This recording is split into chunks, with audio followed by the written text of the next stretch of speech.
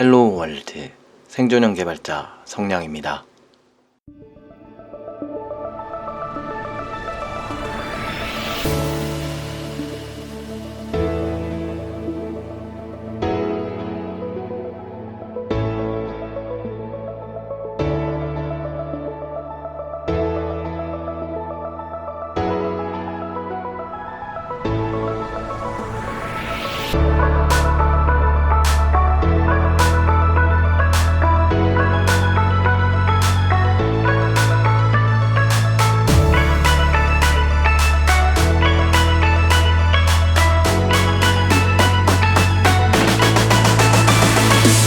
반갑습니다. 성량의 불친절한 코딩 이야기 27회 방송입니다. 대본 제작하다가 문득 보니까 코로나 확진자가 26만 명이 넘었네요. 서울 인구가 얼마나 됐더라. 팟캐스트를 제작하고 있을 상황이 아닌 것 같긴 한데요. 일단 저는 잘 피해 다니고 있습니다.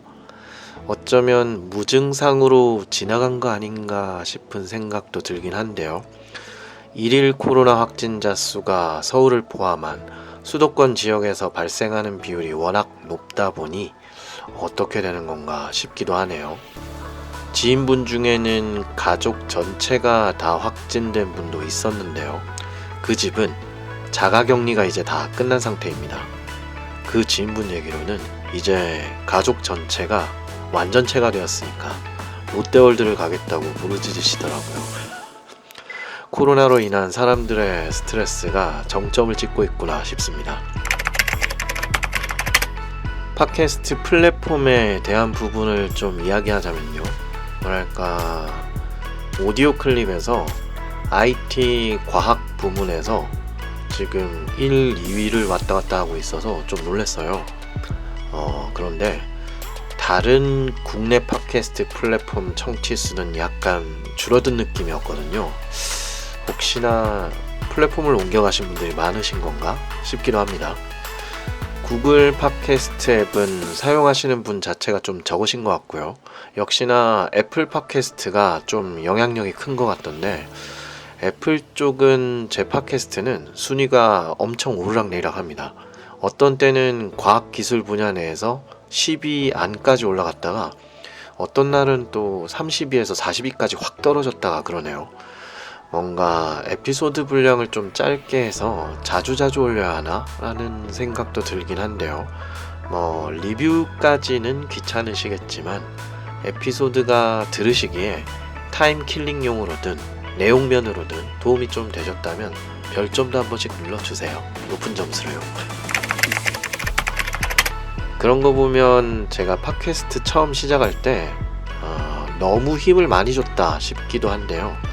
청취자분들이 사용하시는 어떤 앱이나 서비스에서도 들으실 수 있어야 한다는 생각에 가능한 모든 채널에서 다 오픈을 했는데, 지금 생각해보면 유명했던 팟캐스트들은 일단 한 채널에서만 오픈을 하고 유명해지고 나서 다른 플랫폼에서 러브콜을 받아서 움직이시는 경우가 많던데요.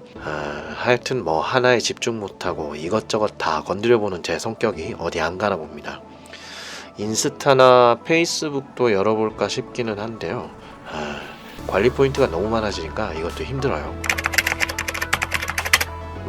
이렇든 저렇든 간에 플랫폼 하나에서라도 순위가 약간씩 올라가고 있고요.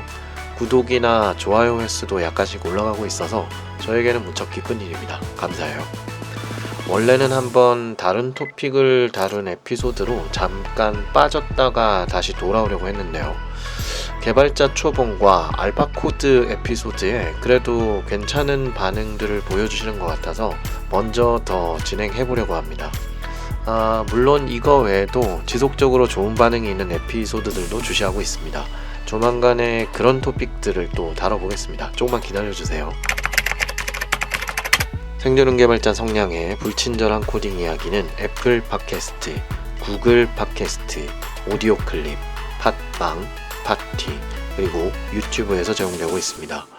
방송과 관련된 의견과 질문은 방송 플랫폼별 댓글 혹은 방송 소개에 명시된 이메일이나 트위터를 통해 보내주시면 감사하겠습니다.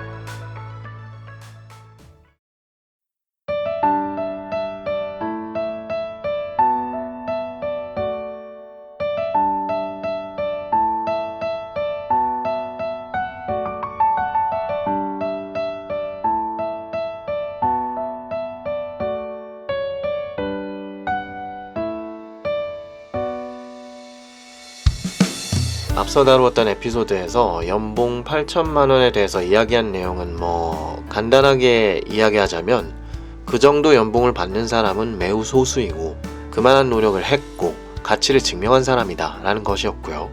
그러니 그러한 일부 케이스만 보고 IT 소프트웨어 업계가 대우가 좋다고만 평가하고 업계 진입을 시도하는 건 다소 리스크가 있다라는 식으로 말씀을 드렸고요. 다만 시작선에서 그렇게 높은 대우를 받으며 시작하지 않아도 소프트웨어 업계는 비교적 많은 기회가 있으니까 힘들지만 해볼 만한 업계다 라고 생각하고요. 앞으로도 계속 소프트웨어 업계의 대우는 어느 정도 선까지는 높아질 것으로 예상하고 있다고 말씀드렸습니다. 원래 너무 대우가 낮았던 거예요. 그리고 이런 연봉을 자기 자신의 현재 상황과 비추어 회사에 대한 불만으로 이어지는 것에서는 제가 보기엔 다소 방향성을 좀 달리 하셔서 자기 자신의 가치를 높여서 다른 곳으로 옮겨가는 것이 더 낫다라고 저는 생각합니다. 기본적으로 회사 문화나 대우가 드라마틱하게 바뀌는 경우는 찾아보기 매우 힘들기 때문이라고 말씀드렸어요.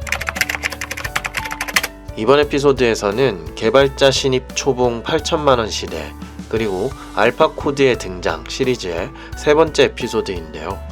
이런 개발자 대우가 높아지고 있는 현재 시점에서 그러한 상황과 전면적으로 대치되는 상황으로 볼 수 있는 인공지능 코딩 머신인 알파코드에 대해서 한번 이야기해 볼까 합니다. 이번 알파코드 토픽도 이전 에피소드에서와 마찬가지로 제가 기사와 여러 자료들을 뒤져보고요. 주변 지인분들에게도 이러저러한 의견을 좀 구해보았는데요. 구글에서 알파코드를 검색해서 상위 노출되었던 기사 중에서요. 제가 괜찮게 읽었던 기사 일부를 소개해드리고 시작하려고 합니다. 2022년 2월, 저번 달이죠. 2월 3일 GD넷에서 나온 기사인데요. 제목은 딥마인드, 사람처럼 코딩하는 AI 알파코드 공개이고요. 부제는 수만 명 참가한 글로벌 개발자 대회에서 상위 54% 달성입니다. 한번 일부를 읽어볼게요. 바둑 인공지능 알파고를 만든 딥마인드가 이번엔 자동으로 코드를 작성하는 AI 알파코드를 공개했다. 현지 시간 기준 2일 알파벳의 자회사 딥마인드는 알파코드로 코딩 대회 참가 결과 상위 54% 수준을 달성했다고 밝혔다. 딥마인드는 알파코드의 성능 테스트를 위해 코드포스에서 주최하는 정기적인 대회에 총 10회에 참여했다. 코드포스는 경쟁적 프로그래밍 대회를 주기적으로 개최하는 사이트다. 매 대회는 10수만 명의 개발자가 참여한다. 알파코드가 달성한 상위 54%는 평균적인 개발자 수준이다. AI 기반의 코드 생성 시스템이 프로그래밍 대회에서 인간과 경쟁적인 수준에 도달한 첫 사례다. 프로그래밍 대회는 몇 시간에 걸쳐 제약 조건이 있는 복잡한 문제를 다수 해결해야 하는 방식이다. 이를 해결하기 위해선 기존에 학습된 코드 외에도 별도의 문제 해결 능력이 필요하다. 알파코드는 알파고와 비슷하게 GitHub에 코드를 자체적으로 생성 및 평가를 반복하며 스스로 코드를 학습하는 기능을 도입했다. 이를 통해 기존에 배우지 않은 시스템이나 기능을 자동으로 도입할 수 있다. 딥마인드 오리올 빈얄스 최고 연구과학자는 알파코드는 아직 초기 단계지만 회사가 코딩 문제를 자율적으로 해결할 수 있는 문제 해결력을 지닌 AI를 만드는데 한 걸음 더 가까워졌다며 지금은 인간의 영역인 코드를 작성하는 문제를 해결해 비개발자의 어려움도 해결할 수 있을 것으로 기대한다고 말했다. 코드포스의 마이크 미르자야노프 설립자는 알파코드의 결과는 내 기대를 완전히 초과했다며 간단한 문제에서 알고리즘을 구현하는 것뿐 아니라 가장 어려운 부분인 알고리즘을 만드는 것까지 새로운 경쟁자 수준의 성과를 거뒀다고 밝혔다. 같은 날 바이라인에서 제공한 기사도 있는데요. 제목은 구글 딥마인드 코딩하는 AI 알파코드 공개이고요. 여기도 기사 몇 군데를 좀 읽어보면요. 알파코드는 GPT-3와 같은 트랜스포머 기반 모델을 사용해 이전에 없던 새로운 코드를 생성한다. 기존 대부분의 코딩 AI는 이전에 본 솔루션을 복제하거나 관련된 모든 알고리즘을 적용해보는 방식을 사용하는 데 그쳤다. GPT-3를 비롯한 초거대 AI 언어 모델은 텍스트 데이터를 생성하고 이해하는 영역에서 큰 진전을 이뤘지만 문제 해결 영역에서는 이야기가 다르다. 해당 영역에서는 간단한 수학과 프로그래밍 문제만을 다루거나 기존 솔루션을 검색, 복사하는 일까지만 가능한 상황. 알파코드 개발을 위해 딥마인드 연구진이 고른 GitHub 코드에서 AI 모델을 사전학습, 프리트레이닝을 했다. 이후 작은 규모의 엄선된 프로그래밍 데이터셋에서 파인 튜닝을 했다. 평가를 위해 연구팀은 각 문제당 대규모 C++와 파이썬 프로그램을 만들었다. 요 정도입니다. 무슨 모델을 썼고 어떻게 학습시켰다라는 내용도 중요하긴 하지만 이건 사실 제가 잘 모르는 영역이니 그러려니 알아서 잘했겠지 라는 느낌으로 일단 넘어가겠습니다. 잘 아시는 분 계시면 저 좀 알려주시고요. 기사 내용 중에서 제가 좀 흥미롭게 보았던 점은요, 사전학습에 GitHub 코드가 이용됐다라는 부분이었습니다. GitHub는 2018년에 MS가 인수했고 아마 많은 분들이 기억하실 텐데요. 인수 당시에는 MS가 GitHub 인수하는 것에 반응이 꽤 좋지 않았었습니다. 소프트웨어 업계에서는 부정적인 반응이 굉장히 많았었거든요. MS가 인수하면 좋은 서비스를 망칠 것이다, 혹은 유료화가 빨리 진행될 것이다 라는 이야기도 많았습니다. MS가 과거에 어떤 독점 사태나 그런 일련의 사건들 때문에 그렇게 이미지가 좋진 않았었기 때문인데요. 링크드인이나 GitHub, VS 코드와 같은 IT와 직간접적으로 연결되는 여러 생태계의 좋은 환경을 발전시키고 있어서 최근에는 개발 쪽 이미지에서 꽤나 좋은 점수를 얻고 있긴 합니다. GitHub랑 VS 코드는 진짜 신의 한 수, 신의 두 수였죠. 최근에 게임사인 액티비전 블리자드 인수도 꽤나 시끄러웠지만 어떻게 될지는 아직 잘 모르겠네요. 저는 사실 개인적으로는 글로벌 빅테크 기업이라면 아마존이나 구글보다는 MS를 좀 더 좋아하는 편이긴 합니다. 중요한 건 아니지만요. 어쨌든 딥마인드의 알파 코드를 통한 유명세는 결국 구글에게 좋은 영향을 줄 게 뻔한데 그 알파 코드의 학습 자체는 GitHub가 꽤나 큰 역할을 한 거니까요. MS에서도 좀 치고 나와주면 좋겠다라는 생각도 개인적으로 하게 됩니다. 알파코드에 대한 내용은 국내에서 나름 큰 이슈로 시끄러웠기 때문에 이미 관심 있으신 분은 아는 분들이 많으실 텐데요. 사실 MS에서도, 정확히는 GitHub에서도 알파코드와 그 결이 비슷한 느낌의 소식이 있었습니다. 2021년 6월에 공개된 코파일럿이라는 건데요. 코파일럿은 개발자가 코드를 작성할 때 구글 지메일에 자동 완성 기능이 있거든요. 이게 아직 한국에는 적용이 안 된 걸로 알고 있는데요. 메일에 쓸 내용을 어느 정도 자동 완성해주는 기능이 있어요. 우리가 사무적이거나 일 처리를 할 때 보내는 메일에는 들어가는 관용구나 문장들이 대부분 비슷하잖아요. 그런 것들을 자동 완성해주는 기능이 있는데요. 이런 것처럼 개발자가 코드를 작성하려고 할 때 그 코드의 프로그래밍 언어를 파악해서 그 언어로 다음에 작성할 코드를 제안하는 방식으로 돌아갑니다. 코드 작성 학습을 시켜서 개발에 도움을 주는 방식으로 시작된 프로젝트는 비슷하게 탭9, 카이트 같은 것도 있고요. 코파일럿 같은 경우는 좋은 쪽인지 나쁜 쪽인지는 모르겠지만 아무튼 유명한 분인 일론 머스크, 샘 알트만 같은 분들이 설립해서 마이크로소프트가 10억 달러를 투자한 오픈 AI라는 인공지능 연구소와 GitHub가 개발한 거라서 관심이 꽤 쏠렸었거든요. 아직 엔터프라이즈급으로 사용하기에는 이르다라는 의견이 지배적이고 GitHub도 공식적으로 동의하는 뉘앙스의 이야기를 했었지만 판에 박힌 알고리즘을 사용해야 하거나 자주 사용되는 일반적인 기능의 프로그래밍이 잘 기억나지 않을 때 구글링이나 스택 오버플로우와 같은 다른 서비스에서 검색을 해보는 게 아니라 아예 VS 코드와 같은 툴의 익스텐션이나 IDE 내 자체 기능 아니면 플러그인 같은 걸 붙여서요 코드를 제안해주는 방식으로 돌아가는 겁니다. 그러니까 잘만 쓴다면 개발자에게 정말 좋은 툴로서 의미가 생길 수도 있겠죠. 사실 저는 코파일럿 자체는 써본 적이 없긴 한데요. 제가 참 운이 좋게도 제 자신은 아직 많이 부족하지만 주변에 이런 것에 대한 의견을 구하거나 물어볼 만한 분들이 계셔서 다행인데요. 주변의 소프트웨어 엔지니어나 개발자분들 중에 코파일럿을 쓰고 있는 분들께 실제 써보니까 어떠신지 좀 물어보았습니다. 대다수의 의견은 아직 실용적으로 도움되는 정도는 아닌 것 같다. 아직은 별로 큰 도움이 되지는 않는다 라는 이야기가 지배적이긴 했어요. 그래도 뭔가 귀여운 코딩용 집사가 옆에 있는 느낌은 있다라는 거죠. 뭐 이런 식으로 말이죠. 개발자님 안녕하세요. 코파일럿이에요. 아까 쓰신 코드랑 주석 보니까 이번에는 이런 코드 쓰려고 하신 겁니까? 제가 개발자님을 위해 준비를 좀 해보았는데요. 이런 코드는 어떠세요? 이런 식으로 코드를 제안해주는 느낌이래요.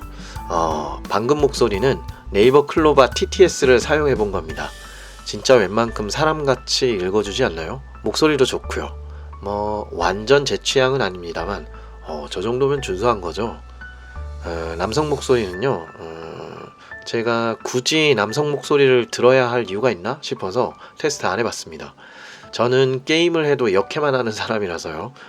궁금하신 분들은 직접 한번 테스트 해보세요. 재미납니다.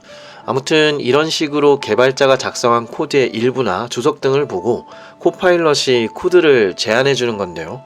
오, 뭐야? 내가 이런 코드를 쓸 것 같다고 생각한 거니? 요 귀염둥이. 아유 고마워라. 그런데 말이지, 어쩐다냐? 그건 아닌데 내가 쓰려고 하는 코드는 완전 딴 코드지롱 하고 딴 코드를 결국 쓰게 된답니다. 뭐 이렇게 표현하니까 좀 유치하긴 한데요. 아마 써보신 개발자분들 사실 내색을 안 하셔서 그렇지 이런 느낌 많이 드셨지 않습니까? 역시 아직 나한테는 안 되는구만 자식. 넌 아직 멀었어. 이런 식으로 말이죠.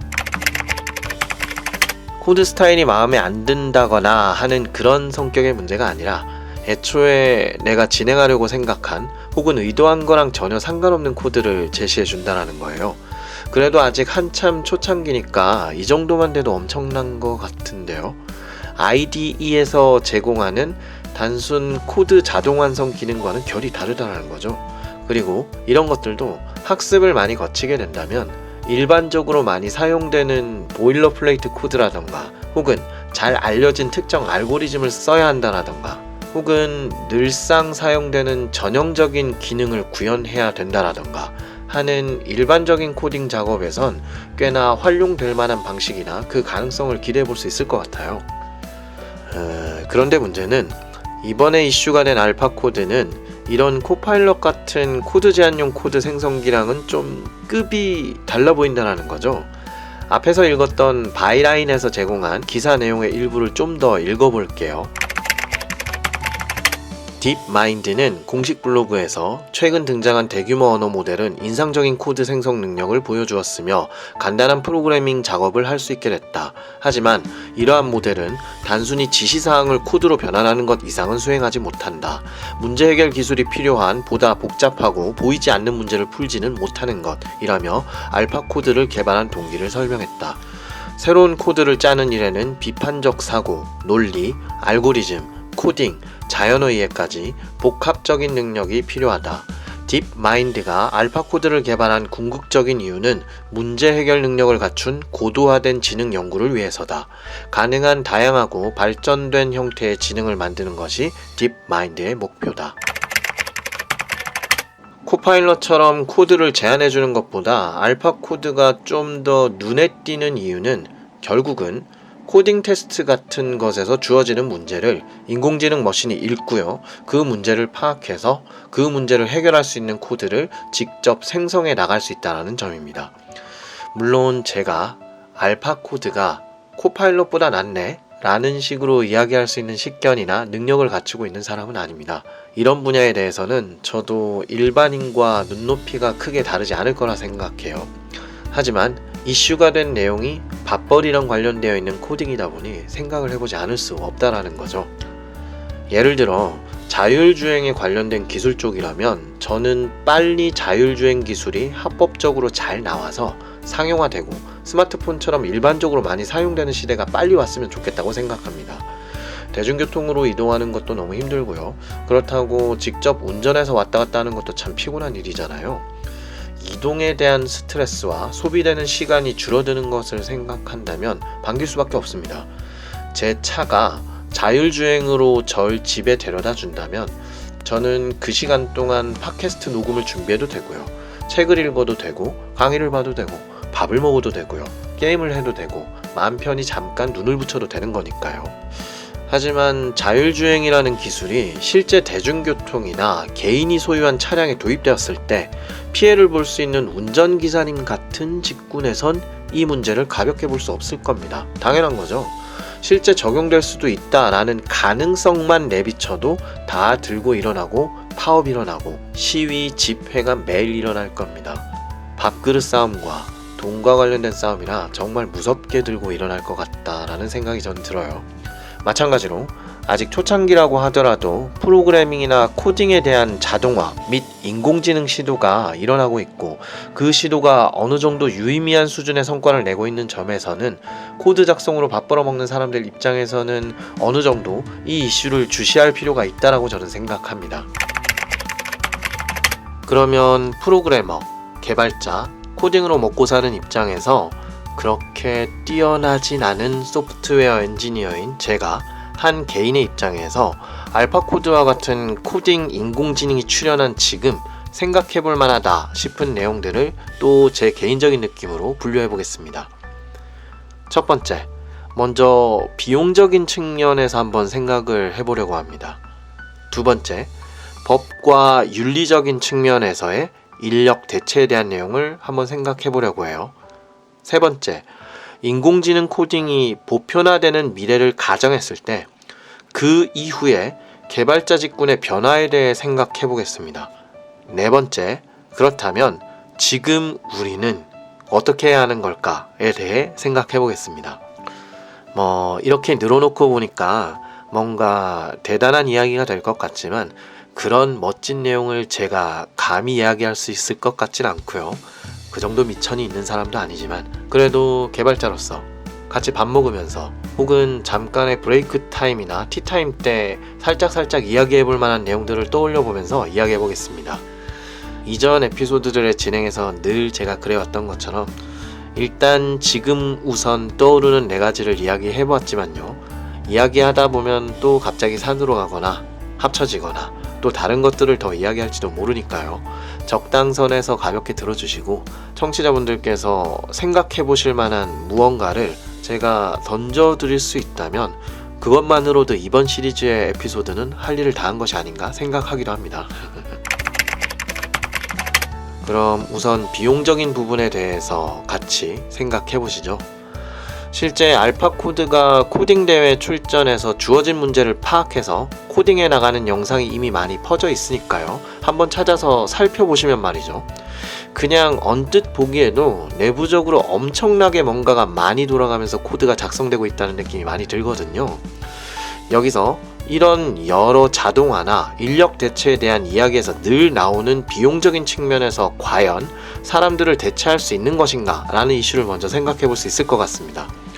기본적으로 인공지능의 경우 문제를 해결해내기 위한 모델이 갖춰지기까지 무척 많은 컴퓨팅 파워, 하드웨어 자원, 그러니까 CPU, GPU, 전력, 메모리, 저장 공간 등등이 필요하다고 하는데요.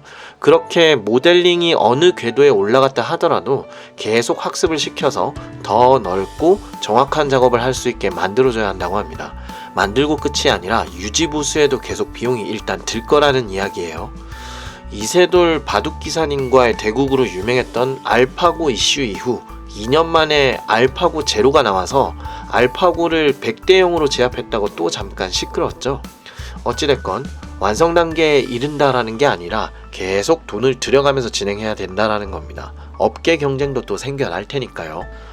그리고 이런 인공지능 모델이 짜잔 하고 완전히 완성 단계에 이르렀다 치더라도요.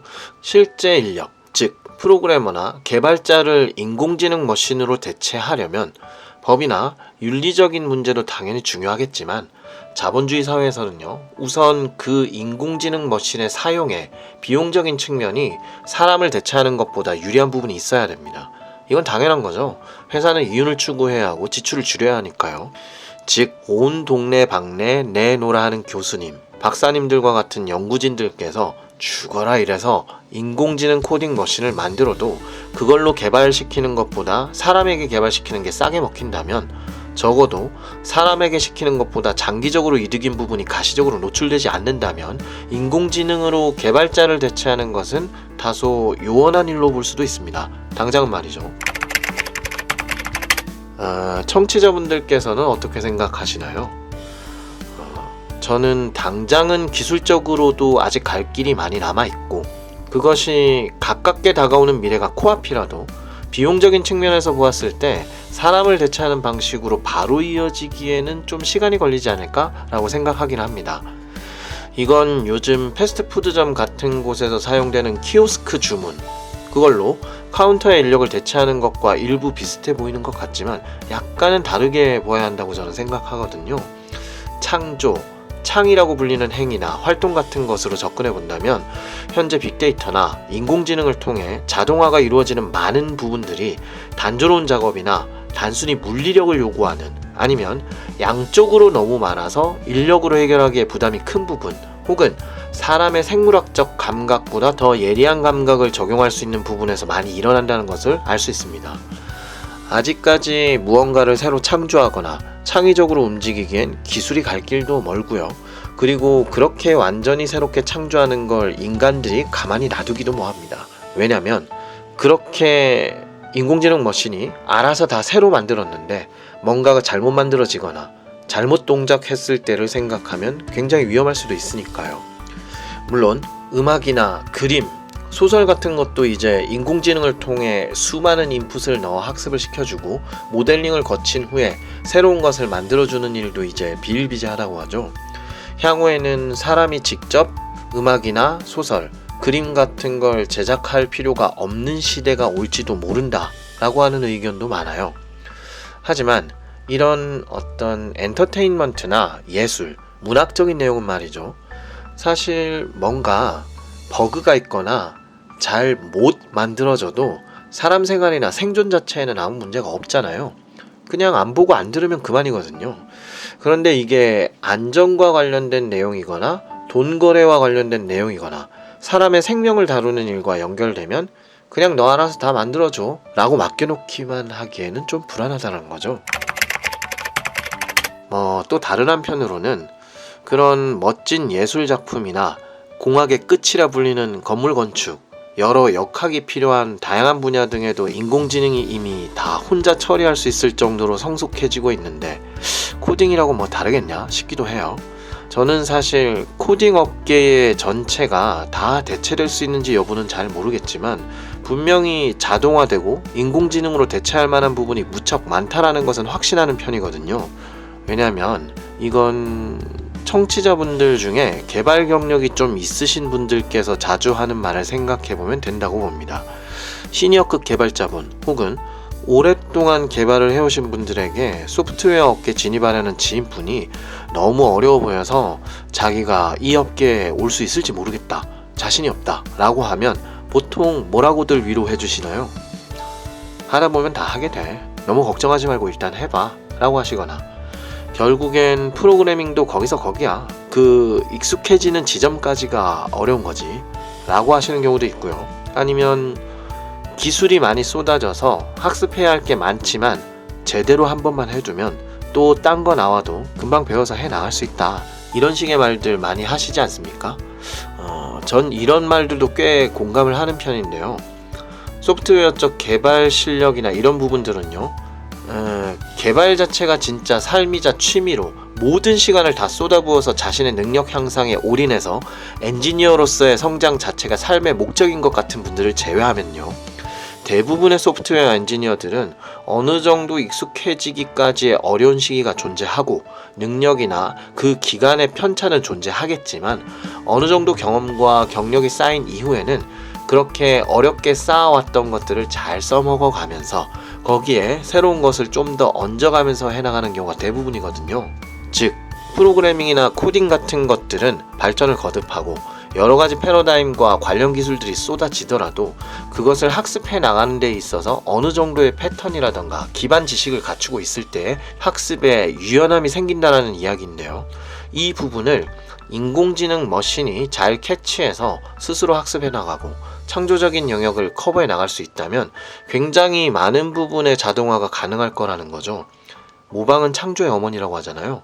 결국 프로그래밍 역시 다른 사람의 잘 짜여진 코드들을 학습해서 내가 원하는 것을 만들기 위해 활용하고 덧붙여가면서 이루어지는 것이기 때문에 인간 개개인보다 학습 속도나 성능 면에서 월등한 인공지능이 그걸 못할 것이다 라고 생각하지는 않습니다. 자, 또 제가 옆으로 샌 것 같은데요. 다시 돌아와서 역시나 기술적으로 가능해진다면 결국은 비용 문제로 귀결될 텐데요. 이 부분은 세 번째로 생각해 볼 점이었던 인공지능 코딩이 보편화되는 미래를 가정했을 때 그 이후에 개발자 직군의 변화와도 맞물리는 이야기지만 제가 보았을 때는 비용 문제에선 결국 인간 프로그래머와 개발자를 대체할 수 있는 수준까지 도달할 거라고 저는 생각합니다. 즉, 인공지능 기술 수준 자체가 사람을 대체할 수 있는 수준에 이르는 시간이 문제인 거지, 그 기술 수준이 올라왔을 때의 비용은 그 시점에선 생각보다 훨씬 빠르게 해결될 거라고 저는 생각해요. 혹시 청취자분들 중에 게임을 좋아하는 분들이 있으신지 모르겠습니다. 저는 보통은 콘솔 게임이나 패키지 게임을 잘 안 하는 편인데요. 굉장히 드물게 몇 년 전에 11비트 스튜디오에서 나온 프로스트 펑크라는 게임을 밤새 가면서 했던 기억이 있습니다. 게임을? 갑자기? 느닷없이 게임 이야기를 해서 놀라셨겠지만 잠깐 이야기를 하자면요. 프로스트 펑크라는 게임은 전형적인 세계 멸망과 인류 존속에 대한 내용을 스토리에 깔고 있는 게임이고요. 지구에 갑자기 빙하기가 찾아온 상황을 그리고 있습니다. 이 빙하기를 피하기 위해 피난민들이 추위를 피해 다니다가 우연히 발전 기능과 난방 기능을 동시에 갖춘 증기기관을 발견하게 되고요. 여기에서 극심한 추위와 빈곤을 해결해가면서 작은 소도시를 꾸려나가면서 인류를 존속시키기 위한 프로젝트를 지도자의 시점에서 진행하는 게임입니다. 게임 자체는 여러 번 즐길 수 있는 게임은 아니지만 그 단 한 번의 게임 진행에서 오는 과정과 메시지가 엄청난 임팩트를 가지기 때문에 진짜 재밌는데요. 인류 존속을 위해 비윤리적인 법안을 통과시킬 것인지, 아니면 다소 피해를 각오하고 남은 인류의 존속을 위협할 수도 있지만 인간성을 최대한 유지하기 위한 선택을 할 것인지에 대해서 끊임없이 도전 과제가 나오면서 선택해 나가는 게임이라서요. 게임이 좀 잔인합니다. 근데 진짜 재밌어요.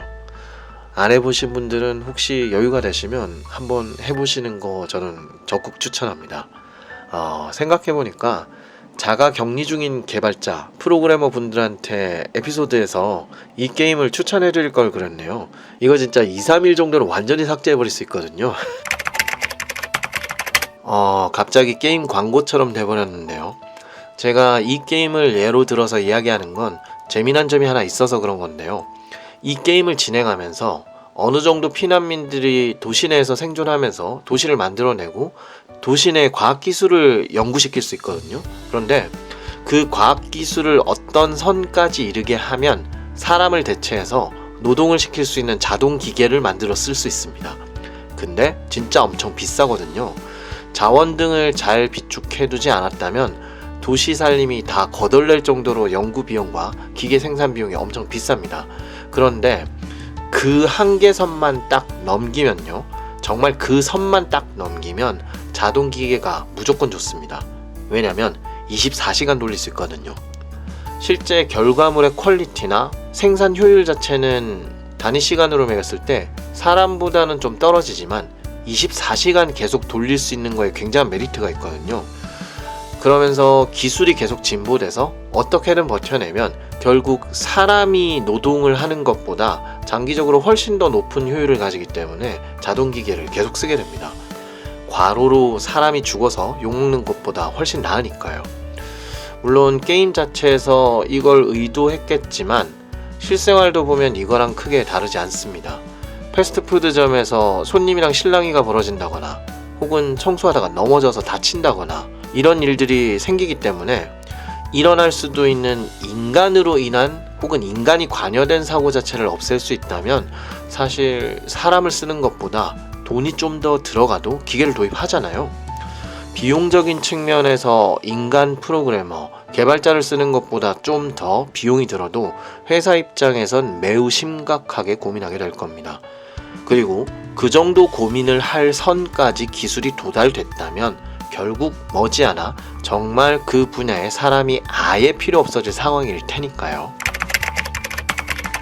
그런데 이런 게임에서와의 상황과는 달리 지금 인공지능 코딩 머신의 연구나 소식들을 보면요, 지금 현 시대가 정말로 IT와 소프트웨어, 인공지능의 황금기나 다름없습니다. 즉, 앞서 프로스트펑크와 같은 정말 절박한 상황에서도 자동화된 기계가 사람을 대체해서 얻는 이득을 생각해서 고민하게 되는데, 지금은 인류가 멸망의 위기에 있지도 않고 엄청나게 풍족하게 인공지능에 다 쏟아부을 수 있는 상황이니까요. 테크 기업들이 웬만한 나라 예산 이상 되는 돈을 쏟아붓고 있고요. 코로나 팬데믹 시대로 인해 비대면, 언택트 시대 상황에도 너무나 잘 맞아떨어지고요. 클라우드와 같은 시장, CPU, GPU 등 여러가지 하드웨어 효율도 엄청나게 올라온 상태죠. 그리고 세계 정세로 보면요, 지금 미국과 중국의 엄청난 경쟁도 한몫하고 있습니다.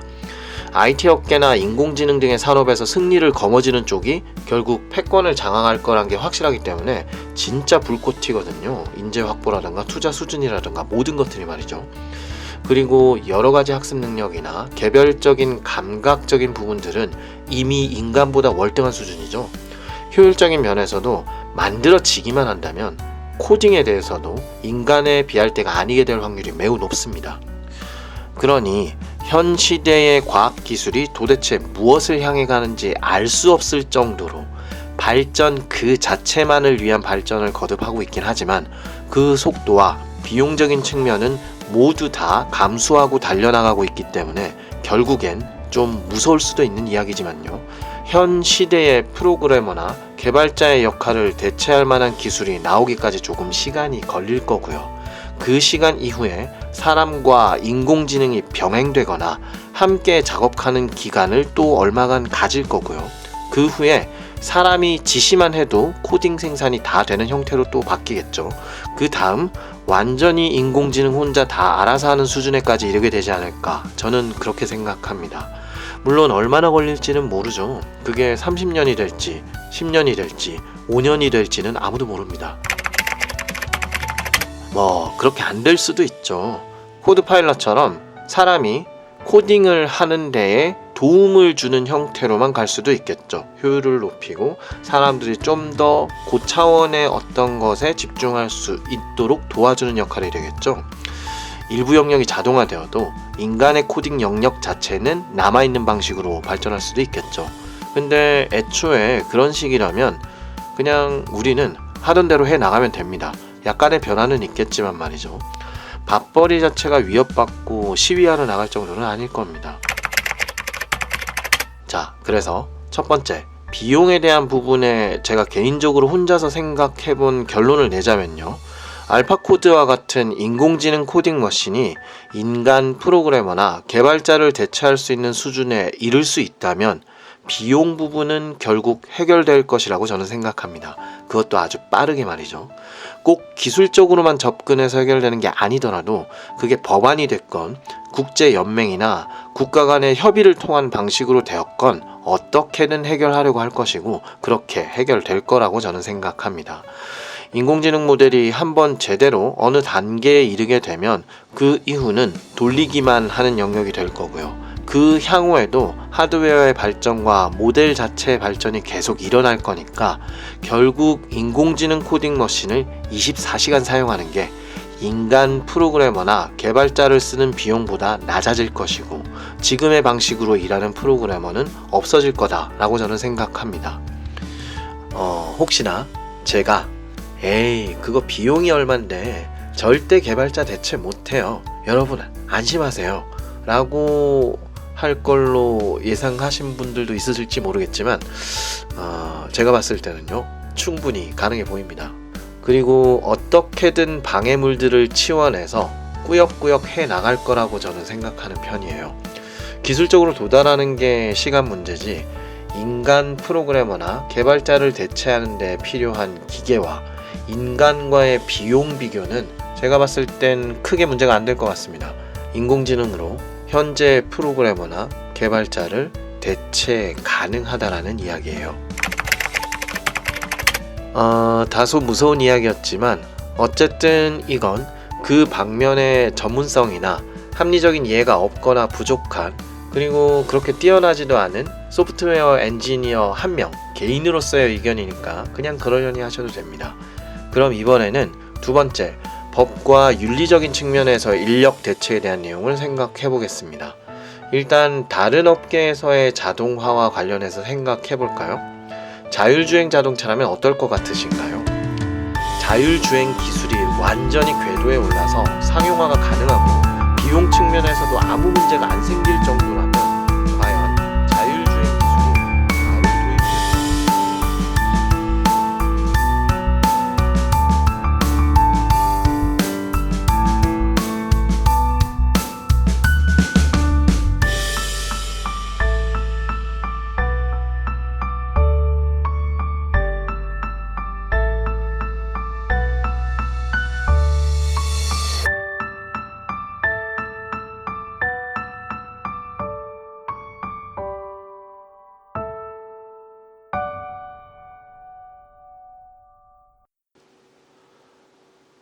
while true, to be continue, 세미콜론은 매너입니다.